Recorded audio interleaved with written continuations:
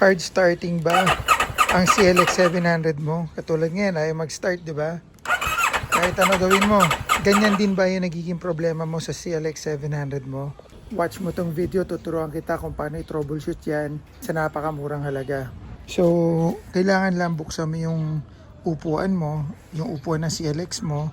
Meron yan dalawang tornilyo rito. Pagkaangat mo nandito sa likod, para sa CLX 700 Sport, kailangan mo tanggalin muna yung nakapatong dito bago mo matanggal yung upuan.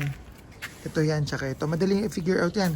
Dalawang size 10mm na tornilyo lang yan. Once na ma-pull out mo na siya, makikita mo na dito sa loob yung battery component at tsaka itong relay na to ang hahanapin mo. Since na ang relay ko merong ganyan, so ang nagiging sintomas niya, nag-hard start siya. So tanggalin mo lang yan. Madali lang tanggalin yan. Hugutin mo lang yan. I-wiggle-wiggle mo lang. Matatanggal mo na siya. Pero kailangan dalawang kamay pantanggal mo. So ibaba ko muna tong camera ko. Yung relay na to is 5-pin, 12 volts, 30 amperes na relay. Auxiliary relay ito. Pares ito do sa mga NK400. Natin, since na mura lang siya, ang halaga nito nasa 135 pesos lang from CF Moto. In order ko, pinadeliver ko. Walang 2 hours nandito na sa atin to. Ito ang ipapalit ko. Lang din natin tong isa. Palitan na rin natin to. Ikabit nyo lang ulit. Okay?